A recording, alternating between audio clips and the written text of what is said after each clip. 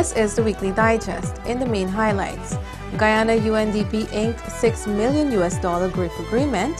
Amerindian leaders address concerns affecting development during 6th NTC conference, and Region 3 gets automatic weather station.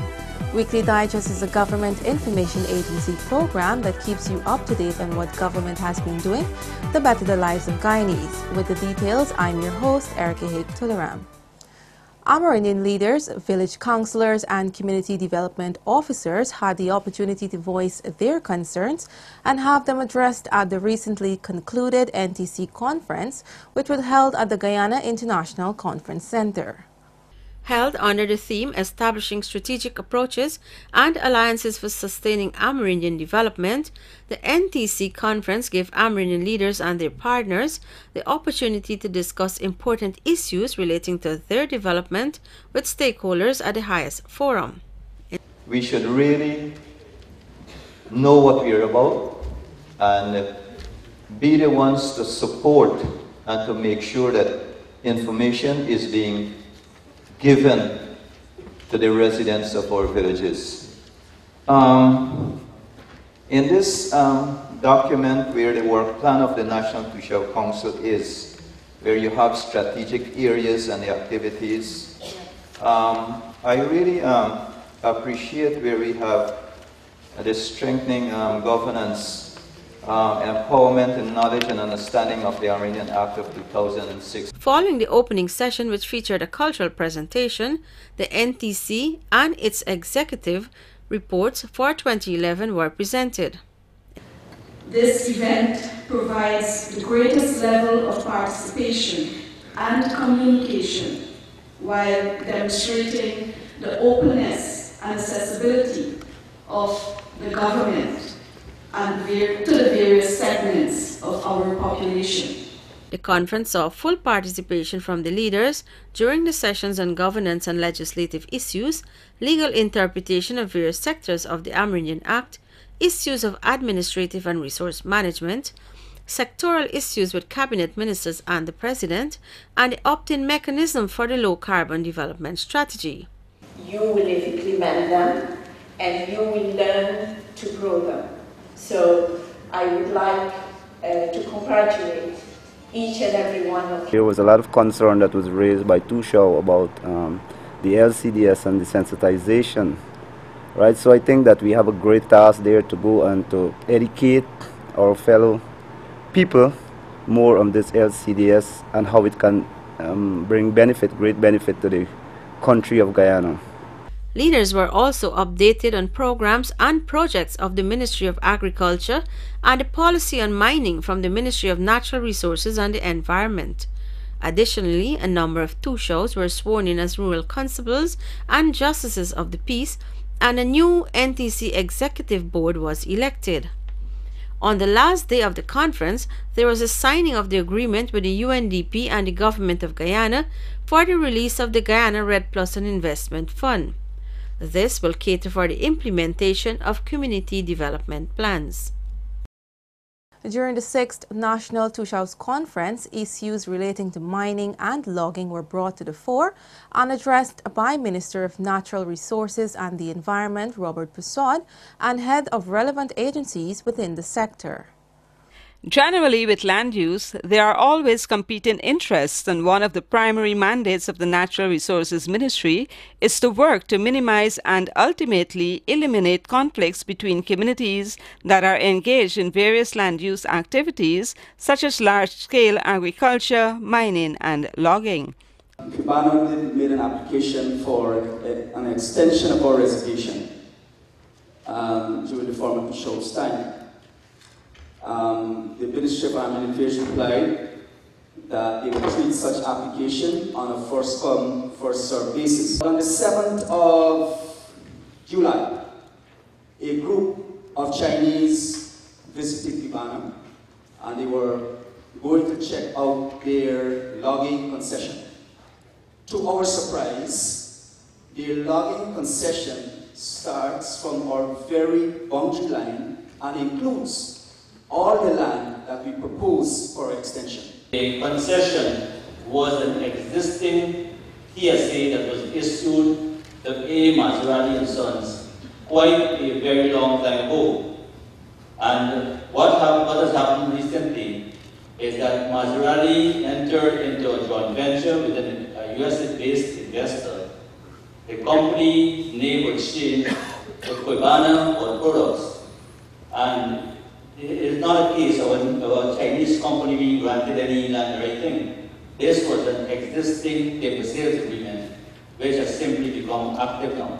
We have been working very closely with GGMC, and I have also requested that GGMC have a meeting or training on the Mining Act. Look out for some notices, and then we will come to the various communities to explain and to go through the details of those as well as other aspects of the legislation that you need to know. The Amerindian Act of 2006 stipulates that land use activities should be managed in a coordinated way, while at the same time respecting the rights of indigenous communities. Several hinterland community development projects will now be initiated as the Guyana government and the United Nations Development Fund, UNDP, on Thursday inked an agreement which will see the release of financing for the Amerindian Development Fund. The inking of the $6 million agreement between the two parties will pave the way for more development to take place in Amerindian communities, even as government continues to work tirelessly to improve the life of its first people. It is important that we have the ADF ready, and on the part of UNDP, having worked on the process, which was very laborious, very long, longer than it should have been, I would like to confirm to you today that over 150 comments were received when the ADF proposal was posted. All of that were carefully reviewed and incorporated as best as possible into the agreement that is being signed today. I believe it is one of the most widely consulted on topic developmental strategy that we've ever had in this country. And we have also recognized from that period that the first one was held with the indigenous people.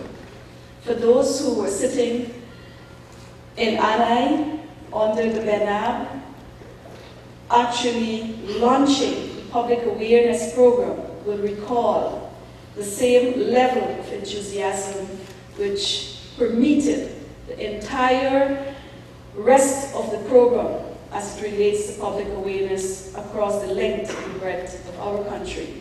This agreement is a commitment to a promise made by government to Amerindians to establish a development fund which will facilitate further economic empowerment across the hinterland. It will also see the immediate initiation of 27 of the 180 community development plans, which was prepared by residents of the various communities. For centuries, the Amerindian people of Guyana have been the guardians, custodians, and protectors of our forest resources. And so we owe, as a country, we owe, as a world, a debt of recognition and of gratitude to those who have guarded and protected these forests for centuries before us. Projects in agriculture, village infrastructure, tourism, manufacturing, village business enterprise, and transportation are among the many which will be financed with the GRIFT Fund. The ADF was initiated from the Low Carbon Development Strategy and is a reflection of the strategy which seeks to advance economic development for all of Guyana through the sustainable use of natural resources. Guyana's arts and culture sector will come under the spotlight as the country will be hosting the second Inter-Guyana Cultural Festival from August 23 to 26th under the theme, Celebrating Our Culture, Bridging Our Friendship. The festival will be like a mini Carifesta, will highlight cultural arts such as performing, filming, culinary, literary, visual, fashion and craft from Suriname, French Guyana and Guyana, the three Guyanas. We are now in a very privileged position to host the second festival, and to do so, several months now we have established a working committee in the ministry, and we have had a number of persons outside of the ministry who has been helping us in terms of coordinating the festival. We feel that this, with this influx of people coming in from these two countries and with our own performances, that you will see culture really coming alive in Georgetown. In 2011, the Departments of Culture, Guyana, Suriname and French Guiana signed the Inter-Guyana's Cultural Protocol. The festival, which this protocol covers, is premised on the notion of building bridges of friendship among the Guyanas. It provides for the celebration of cultural practices and among the celebrants in the various countries. It allows for the interaction of cultural practitioners, administrators, and those in love with and willing to learn about cultures as they are practiced in the various countries at one celebration. Last year, the first festival was hosted by Suriname. Guyana participated and led a delegation of nearly 50 cultural practitioners. Every one of our cultural practitioners, administrators, what have you, had a very enriching experience. A guest for the event will be Edgar R. Braffett of the film To Serve with Love. An opening ceremony will be held on August 23rd at the National Cultural Center, showcasing performances from all countries. Stay tuned for more features on the other side of the break. The health sector can be considered as a training institution, since Guyanese are afforded the opportunity to pursue medical training in a number of fields, including medicine, nursing and surgery at the postgraduate level, midwifery, dentistry and technicians. All of these ensure efficient delivery of healthcare. A message from the Government Information Agency. Great improvements have been made in road construction and rehabilitation under the Hinterland Road Program. In the Moruca sub-region, Region 1, 60 miles of road was rehabilitated and constructed, while in Region 4, 12 miles of the St. Cuthbert's Trail has been transformed into an all-weather road. The Women of Worth program, a microcredit scheme introduced to lift the economic standing of especially single parents, has transformed the lives of over 2,300 women. Tapping into the loan facility has enabled them to better their and their families' lives. The Ministry of Agriculture earlier this week launched at Region 3 one of 10 automatic weather stations. These are being constructed in remote locations countrywide in combating climate change. This collaborative venture between the Government of Guyana and the Caribbean Community Climate Change Center is one of 10 stations to be erected across various areas of the country. Indeed, there are 2 others that have been installed already. One in the Maikoni River, Maracaibo, on the Maikoni River. I noticed that my colleagues still call it St. Francis Mission, but it's the Maracaibo community of the Maikoni River, and one has been installed at the Oriala Sapaluta area on the Quarantine River. And as Dr. Leslie said, these 3 are part of the first 10 that would be installed this year. And Dr. Leslie also has informed us that 10 others will be installed in 2013.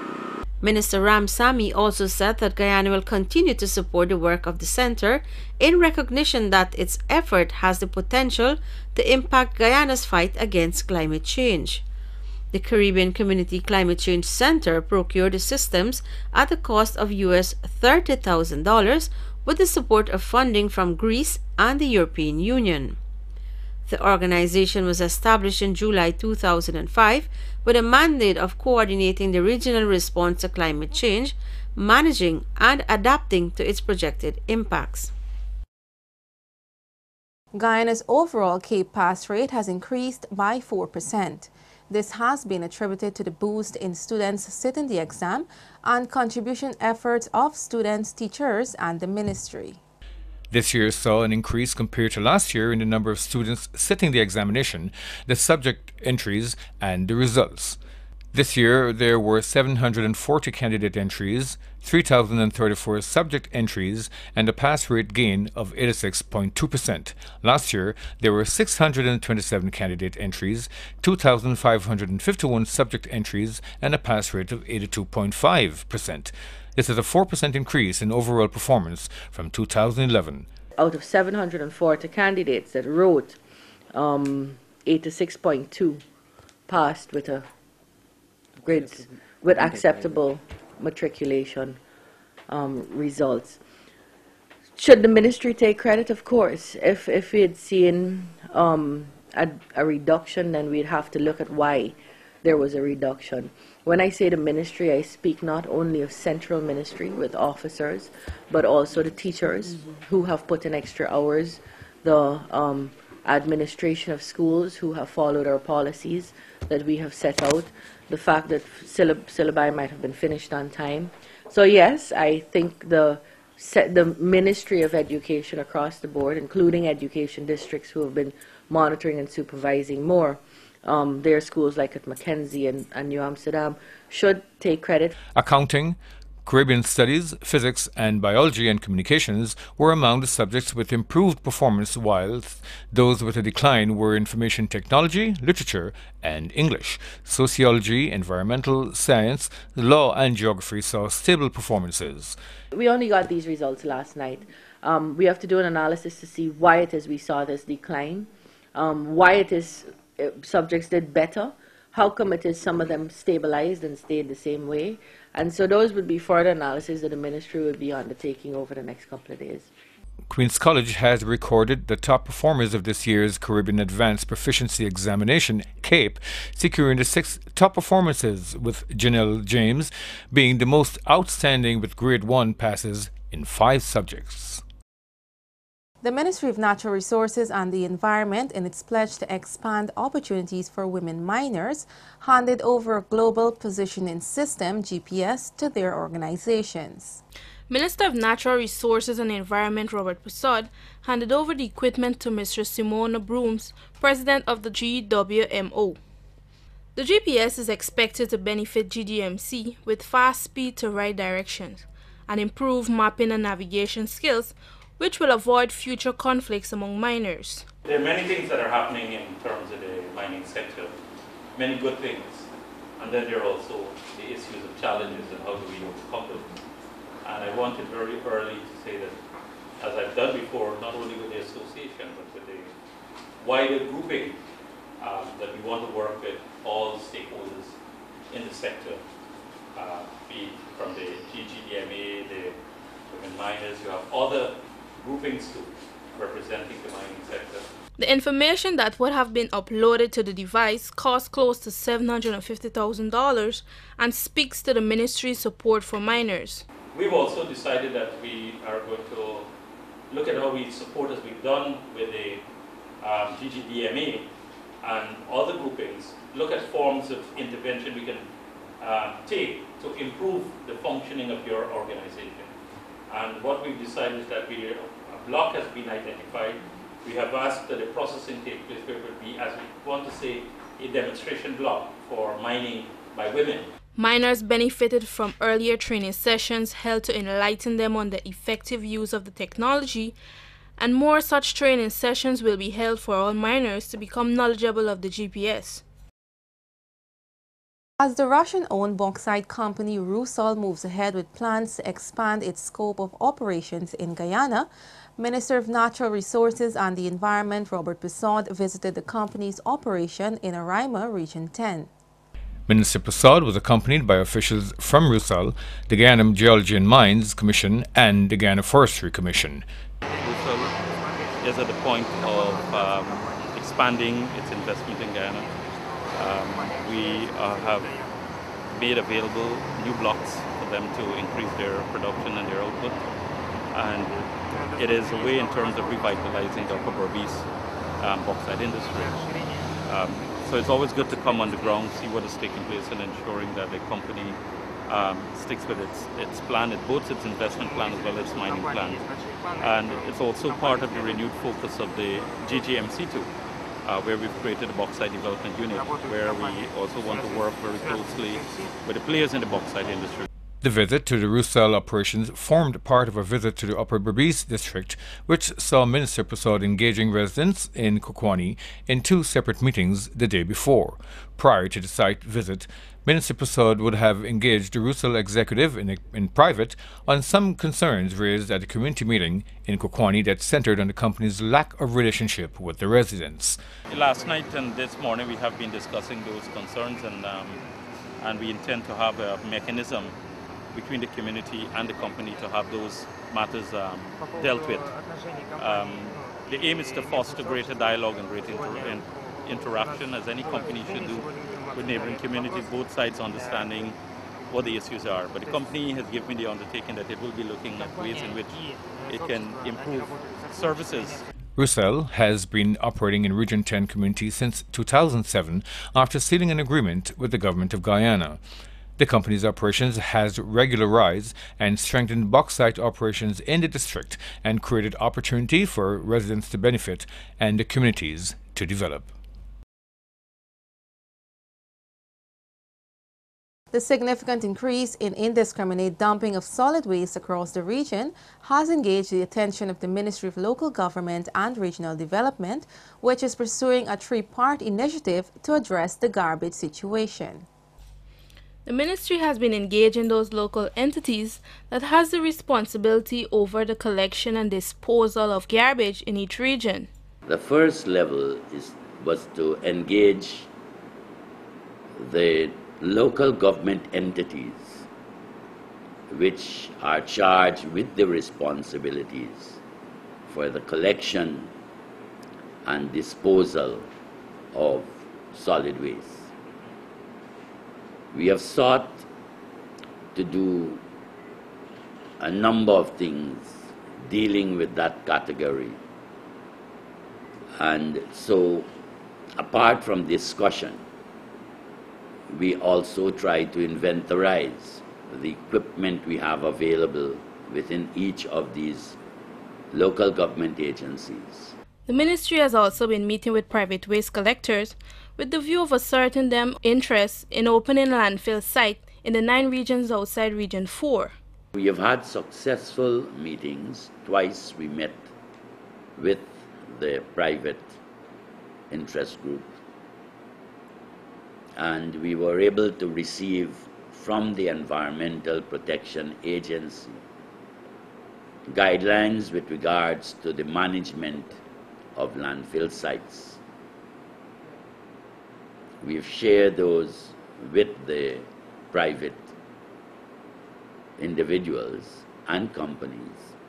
Also in line with dealing with the country's garbage woes, the ministry has had fruitful discussions with 2 prospective companies that are interested in recycling. The Ministry of Local Government and Regional Development has over the years steadily supported the solid waste management system of the regions. The Georgetown municipality, which has continuously displayed chronic inability to implement effectively a solid waste disposal management system, has steadily received support in this regard.